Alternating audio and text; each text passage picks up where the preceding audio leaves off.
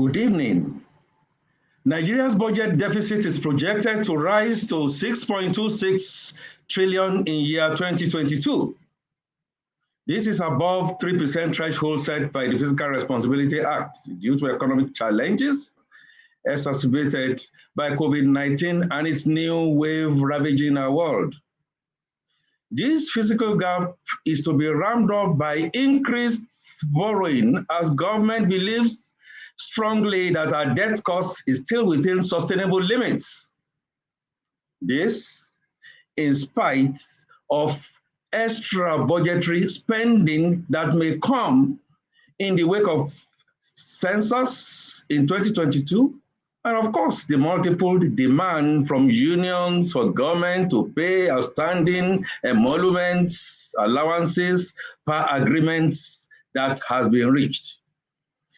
To throw light and insight into this and for better appreciation and understanding, we are going to be getting our guests, Dr. Ayodele Teriba, a seasoned economist, metrist of note, to join me in looking deeper into the issues surrounding our debt costs and instability of the Naira. Stay tuned, stay connected. We shall soon be back.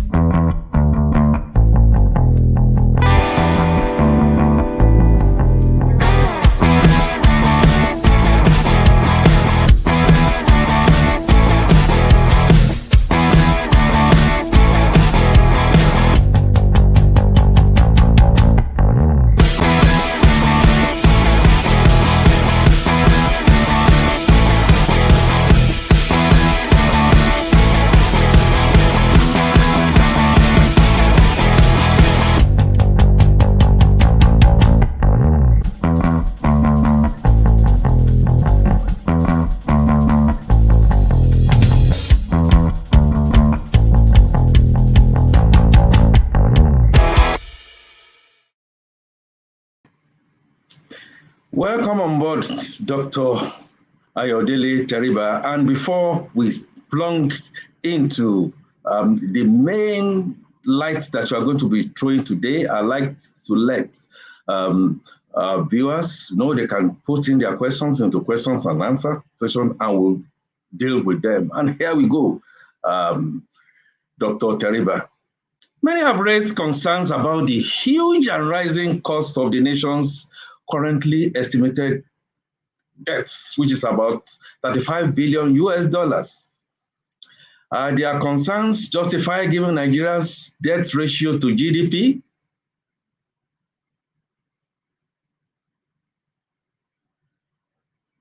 Yeah, Professor Teriba, yes, go ahead. You got my question? Ooh.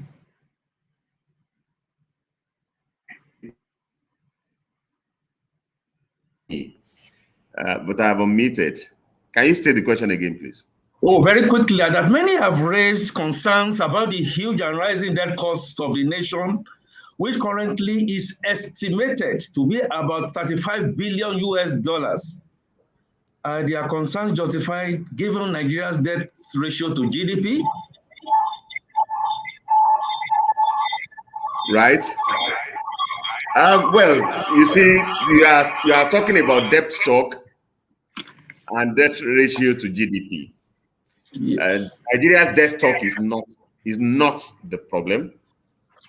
Nigeria's debt ratio to GDP is not a problem. So we had better be, careful in identifying what the problem is. Nigeria does not have a debt stock issue. 35 trillion Naira debt for an economy that is 150 trillion. Oh, Is about 20%. 35 billion US dollars. 35 billion US dollars. In a 400 billion economy is less, is even small, So the debt stock is not the issue. And the ratio of the debt to the GDP is not the issue. The issue for Nigeria is the high debt costs. The whole world borrows. The whole world borrows. Right now, the world GDP is about $90 trillion. But the world debt stock is $300 trillion. So the ratio of world debt stock to world GDP is 360%. And it's not a problem. It is how you borrow. It's not the fact of you having debt. It's not the fact of your debt, the size of your debt or ratio to GDP means nothing, by the way. It's how much you pay to contract the debt. So countries that know how to borrow actually borrow interest-free. And countries that do not know how to borrow not just the issue interest-paying debt, but the issue, the most expensive type of interest-paying debt.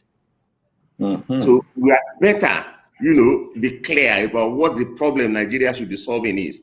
We all know that Nigeria's revenue base is low, but it's compounded by the fact that the little debt that we owe, a debt that is just maybe 20% of GDP that we owe, drains the bulk of the revenue that is available. Nobody does that.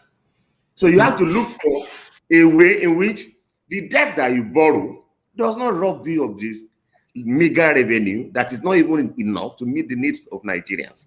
So let's focus very interesting. properly. Yeah, let's focus the problem properly. Nigeria can owe 10 times its current debt stock and still not have to pay a dime in the budget on interest on debt if we care to issue asset-linked debt. The assets we pay down the profits or dividends on the debt and the principal, and you will be able to use the revenue that you have in the budget to do the things that matter to us, developmental goals or social goals. In a nutshell, that would be my opening remarks. Very interesting, Dr. Teriba. You're talking about creative funding, something similar to what we know that India and Brazil does. Well, getting back to looking at our debt stock and costs, please break down the debt into domestic and external components and give us an insight into the financial sustainability of the nation, given the fact that perhaps the debts that we are ramping up now is not asset linked. Now, your financial sustainability, talking about financial sustainability or debt sustainability, has nothing to do with the size of the debt and has nothing to do with whether it's domestic or external. But let's say at the outset, Nigeria has no debt problem. Those who scream about debt is high are only making a mountain out of a molehill. Okay? Nigeria only has a debt cost problem. which you can deal with. And by debt cost, that is the cost of servicing whatever yes, it is. Interest payment problem. Interest payment problem. Nigeria only issues interest paying debt. Okay. And there are non-interest paying alternatives. Good. For example, Sukuk. But before Sukuks became popular, there had always been conventional bonds that are not interest paying. Nigeria should look in that direction. Nigeria can restructure its entire debt portfolio, or maybe 90% of its entire debt portfolio, and replace those interest-bearing debt with non-interest bearing debt. Okay, and maybe retain a minor fraction for market-making purposes. Now, that has nothing to do with debt sustainability. Debt sustainability is not with reference to debt cost, is not with reference to your GDP. Because you have to, now your debt costs and your GDP are income statement entries. They are flows. But your debt stock, balance sheet. Yes, your debt stock is a stock, is a balance sheet entry. Okay. So to judge debt sustainability, you have to relate it to another balance sheet item. So you are in the realm of net worth. So it's not just about what you owe, it is about what you own. So if you say to me, if you say to me, China owes about 1.5 trillion, is that sustainable? I say, what does China own? As long as China owns more than China owes, then the debt is sustainable. So everybody, and by owning, you are talking of assets, infrastructures. Your assets. Okay. No, it could be your companies. Saudi Arabia owns a company called Aramco, which he didn't know its value until he took Aramco to the market 2 years ago. And Aramco is valued at more than $2 trillion. Okay, so Nigeria owns Nigeria LNG, Nigeria owns LNPC subsidiaries. We own all sorts of companies. What's their value? We don't know. So as long as you either don't know the assets that you own or the value of your assets, you put yourself in a situation in which people just take your debt as if that's your net worth. So it doesn't end with your debt. It's the value of your debt compared to the value of your assets that determine whether you are solvent. And that's, it determines your net worth. And sustainability is a net worth issue. So if you are mentioning, real estate, we own a lot of real estate, we own a lot of land, we own a lot of infrastructure or built structure. Yes. What's their value? Do we know their value? The whole world knows the value of our debt. We don't know the value of our assets. No one knows the value of our assets. So we look insolvent. Whereas, if you begin to value our companies and you begin to value our buildings and our lands, you find that we are more than solvent. So Nigeria's debt is small in absolute terms. Nigeria's debt is small with reference to what Nigeria owns. What Nigeria owns in terms of physical assets that we can use. But whereas countries like Saudi Arabia, like India, like Brazil, are doing a lot to establish the valuation of what they own. We are not doing anything to establish the valuation of what we own. They are doing a lot to try and link the debt that they issue to those assets. And those assets are paying profit rather than interest.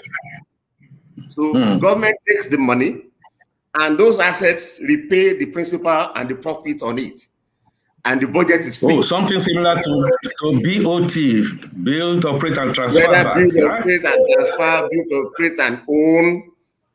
A long list of, language that you can use. But the point is, it enables you to borrow without paying any interest. It also enables you to borrow without having to worry about paying back because your assets will pay back. Very interesting point that you have raised in there. But back to, okay, our non-optimal debt stock, which really, from what you are putting across, could be creatively done.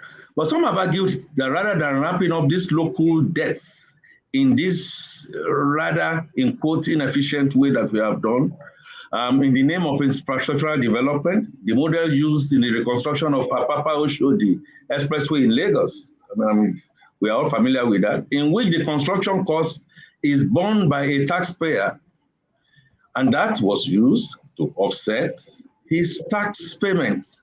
That should be encouraged. What's your take on this?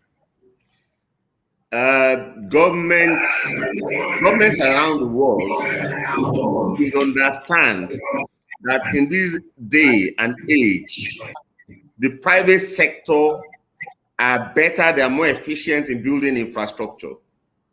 Correct.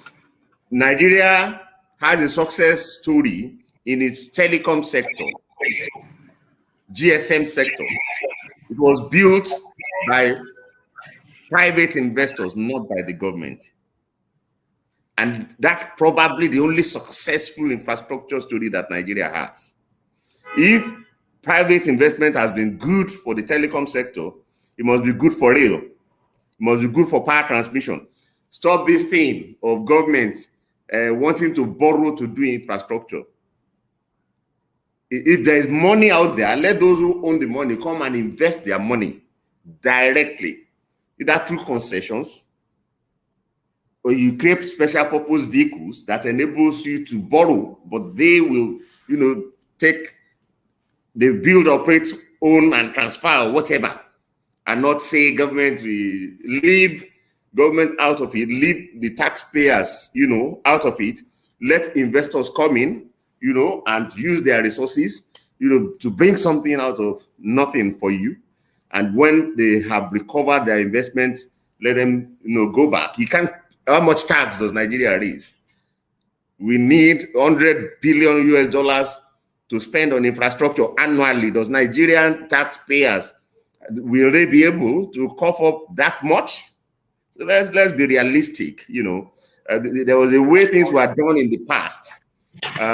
This is not the past anymore. This is today, and we are going into the future. If we were talking of the 70s when Nigeria enjoyed oil boom, all the money from oil, yeah, you can use government money, not taxpayers' money. You can use oil money to build infrastructure. That age is gone. It's not coming back. Let investors, the earlier you begin to open those sectors directly for investors to come and build them, the better. Very, very interesting points. Now, this back to realities of where we are. The year 2020 budget estimates, as presented by government, is based on a deficit financing model like we had in 2021. Yes, I heard you clear that there are better ways we could have done this. Now, the year 2022 to 2024 medium-term expenditure framework, the MTEF, is based on the same trajectory. Really? Dr. Teriba, is there anything wrong with deficit financing? Again, there's I am not aware of any country in the world today that is not doing deficit financing, not in the face of the pandemic. So it's not a question of if there's something wrong with deficit financing. It's unrealistic to expect that any government will not borrow in today's situation. It is at what cost that you borrow that matters. It is how you borrow that matters. We are really looking at the efficiency of borrowing versus the effectiveness of borrowing, and not necessarily whether it is deficit. Now, Nigeria spends almost 95% of its revenue on debt servicing. Dr. Akinwumi Ambode was talking about 73%, close to about 100%. What does this portend for the nation's quest for development? And how close is our nation, Nigeria, to debt financial crisis? Well, it's the same as the point that we are now, the question is talking about debt costs. You are putting a percentage in it. Depending on the time you are looking at, No, if you looked at the first 5 months of this year, it was 98%. If you look at the first 8 months of this year, it is 73%. So Dr. Akinwumi Adesina is quoting the first 8 months of this year, which is the 73%, as announced by the Honorable Minister in our budget breakdown earlier this week. You know, so 98% in the first 5 months, 73% in the first, says that debt cost, don't even call it debt cost. When you call it debt cost, you make it sound good. Interest payments. Precisely. 73% of the revenue available. Taking 98% of the revenue available is not a good situation to be in. Nigeria should seek non-interest debt. You should seek non-interest debt. It has nothing to do with your debt sustainability. So it takes a country that thinks ahead.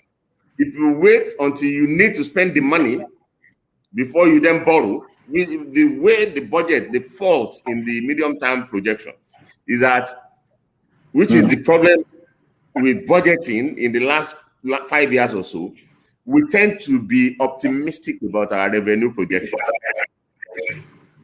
We've not realized 4 trillion in revenue in the last 2 years. There's no year where the revenue we realized was 4 trillion. But for next year, you are projecting 8 trillion. The year after, you are projecting 10 trillion. It will not come.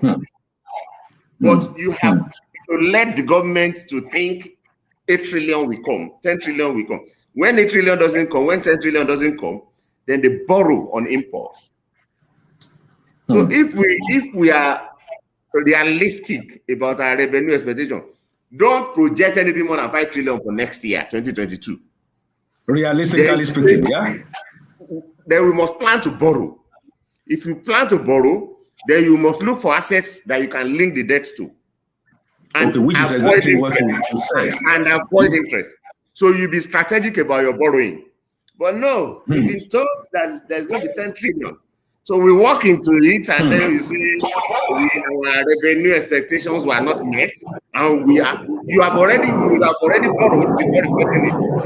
So you can't be strategic about your borrowing. Let's be strategic about borrowing, and it will be better for everybody. Wow. And then you go into what economists will always now they want to call debt peonage. But some have argued, now let's talk about the Naira. Some have argued that the Naira is overvalued and that it should be floated so that it can find its real market value. Overvalued relative to what? Many people use language. Many people use language that they don't understand.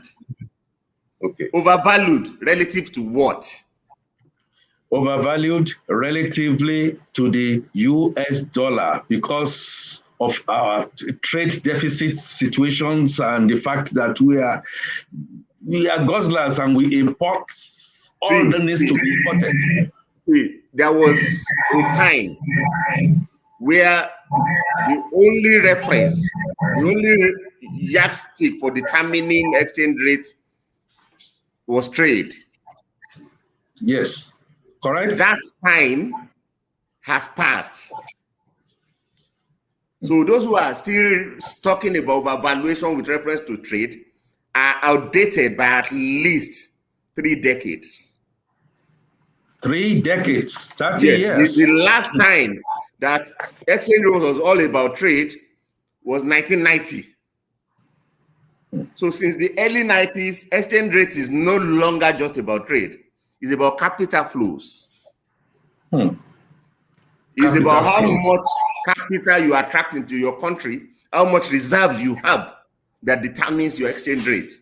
So an overvaluation is an outdated language. It reflects the ignorance that we are no longer in a world that is dominated by trade, that we are now in a world that is dominated by liquidity. Liquidity and inflows. So open your economy to foreign investment inflow, and you will stop talking about overvaluation. Including the FDIs, yes. Open your economy to foreign investment inflow, and your exchange rate will strengthen. That is what India is doing. That's what Brazil is doing. That's what Saudi is now doing to consolidate their position. And somebody wakes up and says overvaluation. Well, if the person is not an economist, you can pardon the person. But no economist, what is sought, should be talking about overvaluation. No, after the Naira has moved from 160, in 2016 to 500 today, who is talking about overvaluation? You should be talking about overvaluation as a matter, undervaluation as a matter of fact. Very interesting perspective you have just introduced in there. Again, part of what we're saying, knowledge should be sought and it is available to be taken. And we must shift our horizon, apparently. But I take you back, Dr. Tariba, even though you had mentioned this in person, because with China's foreign reserve of 3.35 trillion and Japan's 3.35 US trillion dollars, and Japan 1.4 trillion US dollars in mid-2021. The yuan is still trading at 6.45 for $1 US, while the Japanese yen exchanged for 112 for $1 US. But with Nigeria's paltry 33 billion US foreign reserves, should we really be worried about the exchange rate of the Naira to the US dollar, or how to increase the productive capacity of the economy, which you have hinted? Should the focus not be the stability of the Naira instead of the exchange rate? Well, be careful, the comparisons, that you make. Can you hear me, please? Oh, very loud and clear, Dr. Tariba, we can hear you. Please go ahead. All right. Because I'm changing the device with which I'm connecting. Oh, okay. Okay, yeah, that will give some data. Okay, yes, you can still hear me correctly.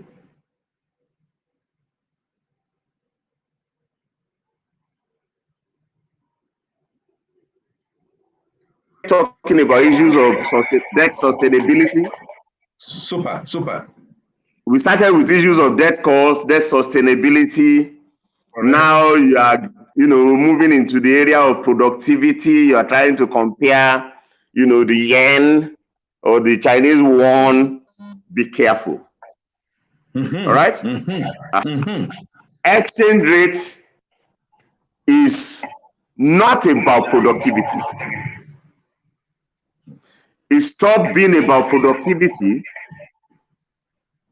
the moment capital flows outweighed trade as the fundamental determinant of the exchange rate. So you are talking about the stability of the Naira. It was in the world of export competitiveness that you were talking about exchange rate as if it was a yardstick for productivity. Today, if you can attract foreign liquidity inflow, your exchange rate will be stable. Even if you don't produce anything, anything at all. We are in an age where venture capital goes into startup that is not producing anything at all. Where venture capital goes into innovations, into new inventions. Can you hear me? Very, very loud and clear. Go ahead. So let's leave the past, the way of thinking about these issues in the past, the way China and Japan got to the top. They had to develop export competitiveness. And they have weakened their exchange rate to ensure that they can export the goods that they have produced competitively. Nigeria has no export. The oil is what we export, or agricultural produce, Our farm yield is uncompetitive compared with farm yield elsewhere. There are countries that are more efficient in producing oil than we are. Others are adopting technologies like shale technology and the rest of it. We aren't. We still are doing it the way we used to do it in 1970, the way we used to do it in 1980. So there are no competitiveness issues on the table for Nigeria. There are only issues of you getting adequate liquidity. It's like a patient that is short of blood. Stop talking about whether when the patient will be strong enough to go back and play football, or when he will go back, be strong enough to go back and compete in sprinting. You know, concentrate on giving the patient enough liquidity to be stable, to remain alive as human. Are we together? That's the situation of Nigeria. Certainly, I'm getting that, because one of the issues. So don't start talking about China. China is the #1 exporter in the world. China has a position to defend in export. Nigeria has no such position. Stop talking about Japan. Nigeria is fighting a battle to remain on its leg. Nigeria is not yet in a battle of competing with any other person. Naira is fighting for a leg to stand on. Open Nigerian economy for capital inflows, so that you can have the reserve adequacy, to save the Naira. Yeah, that's quite understood, Dr. Teriba, and that point is well taken. And you did talk about inflows, and one of the areas that has flickered for quite a while is our FDI. How best do you think Nigeria can harness its migrant remittances to optimally impact its economic development process? Wait. You mentioned FDI. You mentioned migrant remittances. Yes. These are the two biggest sources of capital inflows to developing countries today. Correct. The money is out there. The question is not about whether FDI is available or not. The question is not about whether migrant remittance can double within 2 or 3 years or not. The question is, how prepared is the Nigerian government to receive foreign direct investment? Precisely, through our policies. India has 12,000 projects in India listed for funding by foreign investors. Brazil has a similar number listed for funding by foreign investors. Where are the projects that the Nigerian government wants foreign investors to fund with FDI? Is Nigerian government ready to create space for foreign investors in our power transmission? Is Nigerian government ready to create space for foreign investors in rail, in pipelines?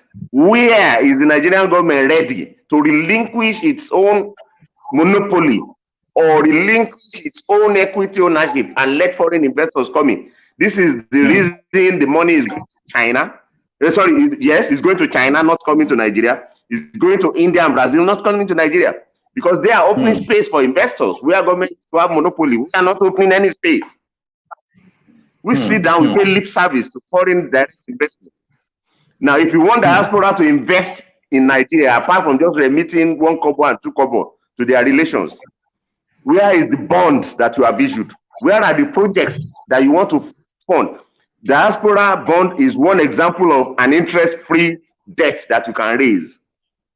Because diaspora are happy to fund infrastructure projects and recover their principal and interest from the assets, rather than ask government to come and pay. But where Nigerian government has to list the assets, they say either don't know the assets or you don't know their value, and you keep talking about FDI and remittances.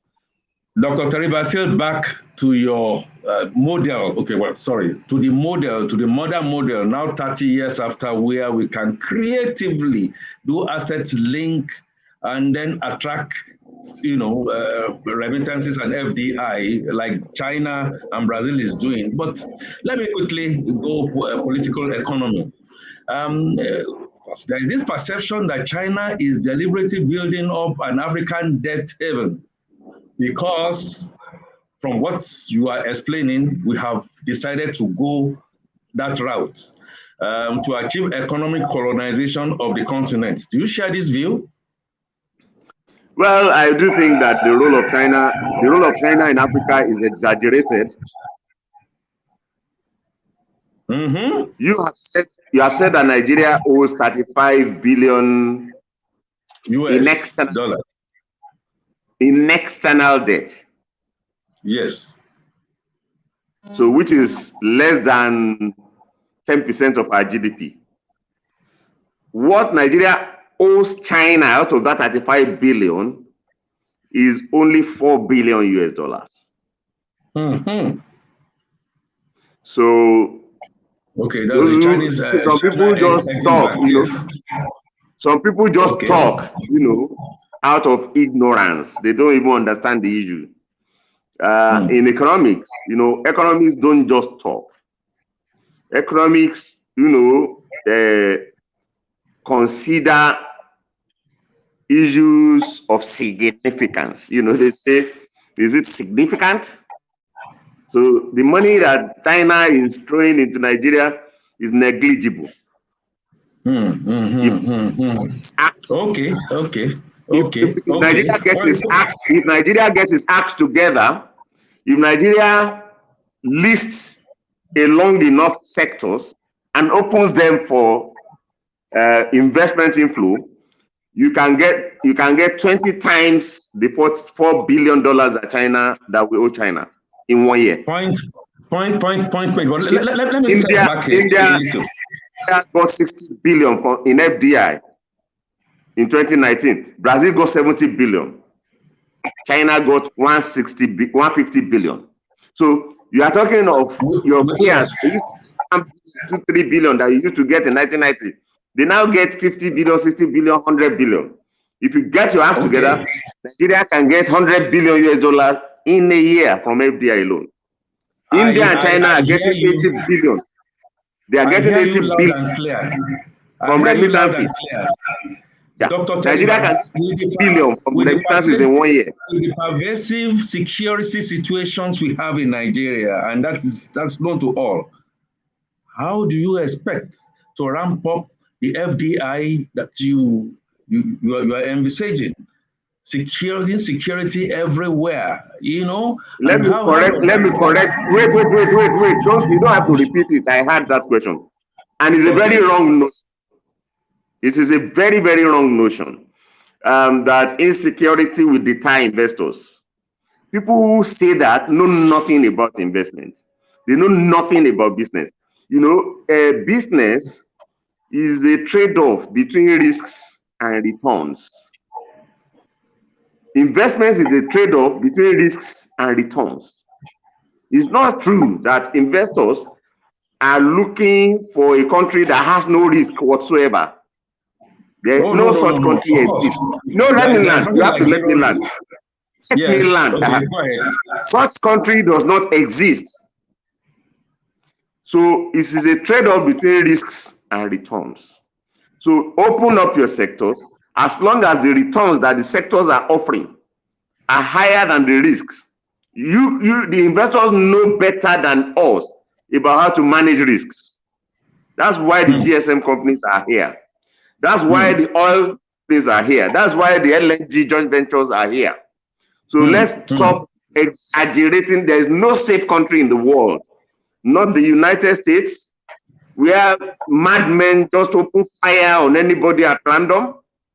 And it's not Nigeria that is under the threat of terrorism. And Nigerian terrorists are not the most sophisticated you can find in the world. The terrorists that operate in Middle East and Europe are far more sophisticated than terrorists in Nigeria. Investors keep going to those countries. Why do we then see Nigeria? Then the other point is that even security is an investment issue, is an investment opportunity. Brazil is concessioning its forests to foreign investors. So even insecurity is that we have failed to secure either our transit routes, we have failed to secure our forests or our city centers or our inner cities. You can open that also to investors and they will secure it for you. And you will get liquidity in the process. Yes, Dr. I'm sorry to interrupt you, and that's exactly what we are saying. I mean, you just said in one strength, of course, there is absolutely no risk-free, but some others are doing something about the risk they have. Some others are just not doing. But let me quickly just ask you this. The ability of a borrower to meet repayment obligations plays a major role in the credit worthiness of such a borrower, correct? But given the Nigeria's revenue to debt servicing ratio of almost 1:1, the last Nigeria's government's Euro bond that you mentioned in passing, one of your answers, issue was oversubscribed. What do you think is responsible for this?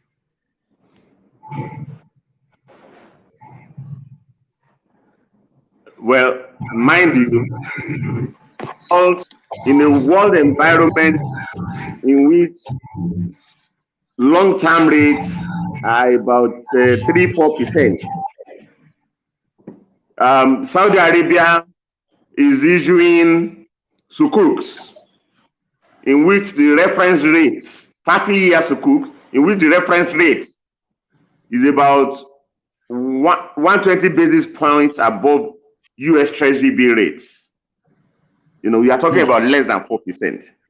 So if any country comes out to issue a long-term debt at 8%, it's a junk bond. People will jump at it. People who want, you know, the return. You know, there is a, you know, the higher the return, the higher the risk. But at 4 billion, Nigeria, everybody knows that Nigerian government has track record of meeting its obligation anyway.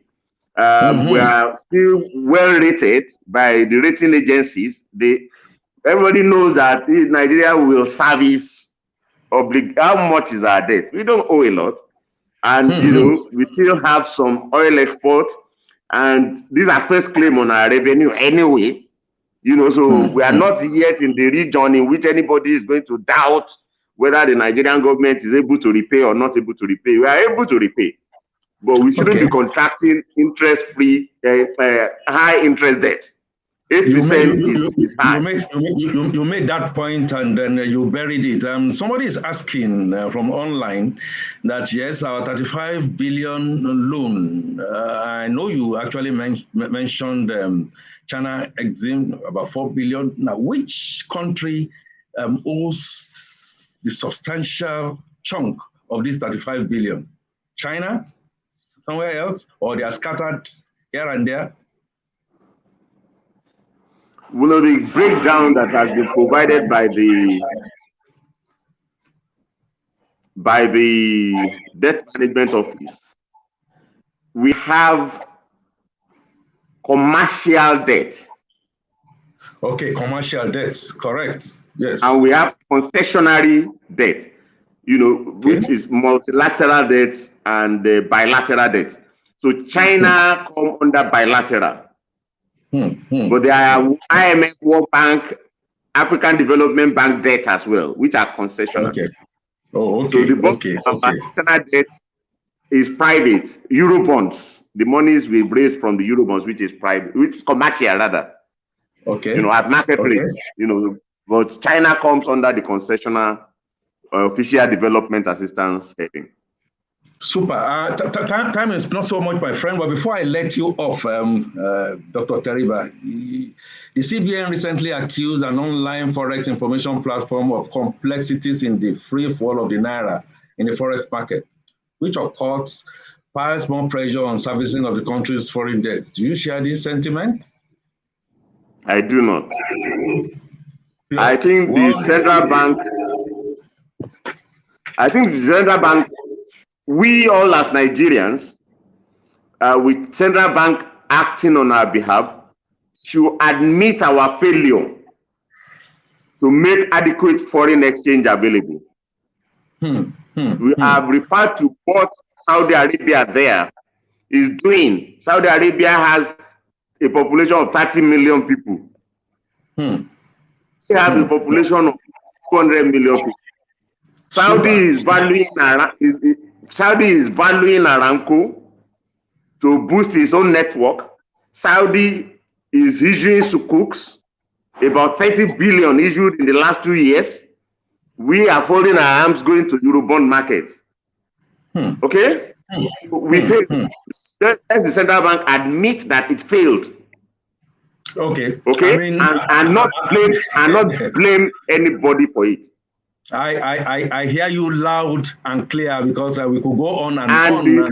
The gap between the parallel market and the official market is a measure of the size of the central bank failure.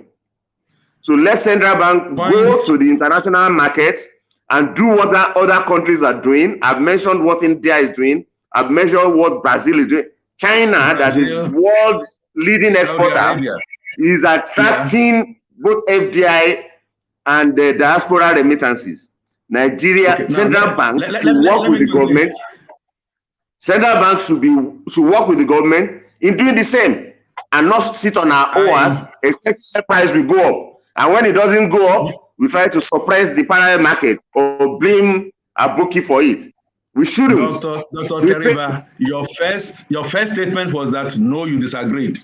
That takes it. Let me throw this final one. The federal government closed Nigeria's the federal government closed Nigeria's border with some of our neighbors for several months, citing smuggling of rice and some agricultural produce, on which the country should rather assume comparative advantage. In your honest opinion, just like you have given your last response, has this action achieved its intended objective?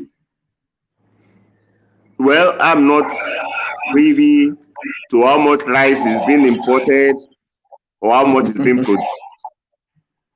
So it's not as clear-cut as the issue of the exchange rate, which is caused by shortfall in reserves. It's evident. I don't know how much rice passes the border. I don't know how much rice we grow. So you have to look for people who are privy to that information to answer the question.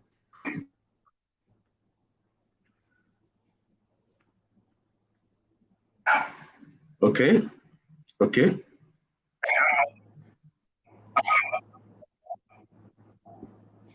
So as always, there are so many unknowns, and that information before we can piece them together. Dr. Teriba, thank you very much. Viewers, please stay connected. We will be back.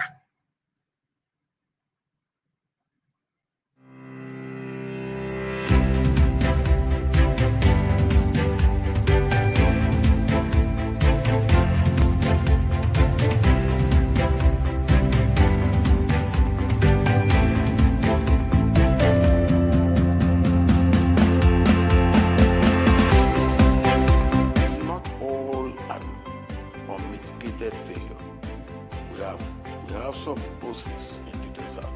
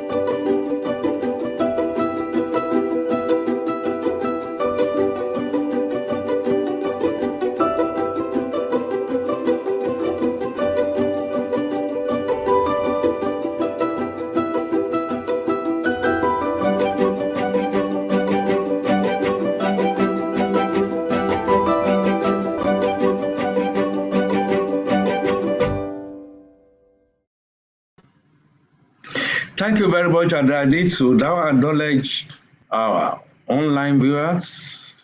Thank you for your pertinent questions that you have posted. The Institute of Chartered Accountants of Nigeria will always be there at the forefront of bringing you information and knowledge, alternative views, creative ways to help grow our economy. And Dr. Teriba, if you are still there, I'd like you to just throw in your last word. Let's have your last comment on this whole issue of debt costs, creative financing, asset-based financing, capital inflows, exchange rate of the Naira. What will be your last words? Well, thank you very much, our anchor. Thank you very much, viewers and the organizers of this. I would like to put on record the fact that Nigeria's chances are much better than we are making it look.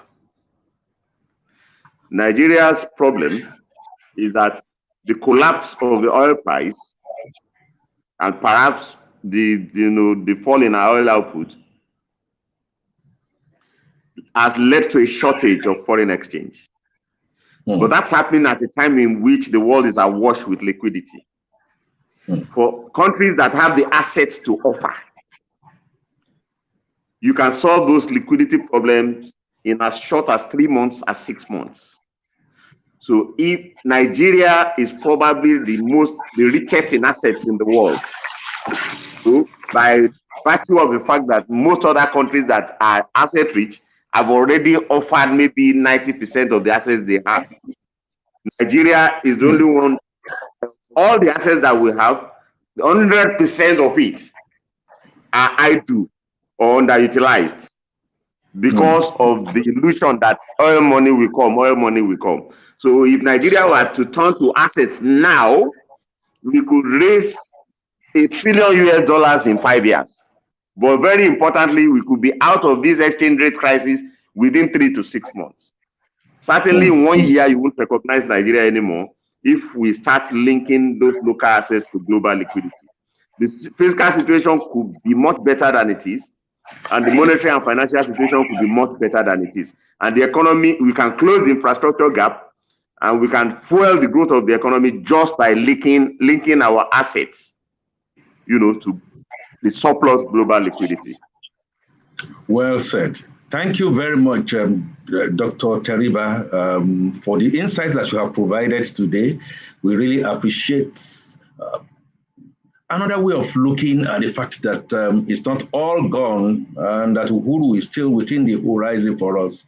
ICANN will still be calling on you to throw more lights into this and similar issues that we are going to be having. And for our viewers, we're going to be going into a social diary just now. Please don't go away.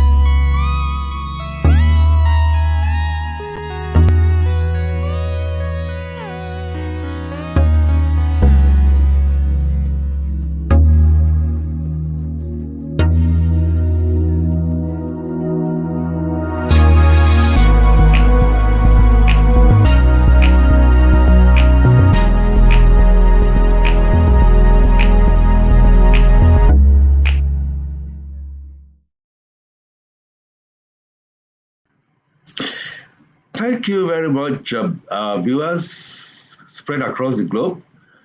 We thank you again for your questions. And we assure you that ICANN will always continue to bring you instant issues for people that are knowledgeable to throw more light and insights. Join us next Thursday, October 14, 2021 for another informative and educative edition. And we are going to be looking at the topic, Nigeria's year 2022 budget estimates. How realistic? We'll have guesting Dr. Biodun Adediekwe, who will come and help us throw light. You do not want to miss this. And let me drop this. Be the change that you like to see. I remain Akifatunke, your anchor. ICANN on air. Bye for now.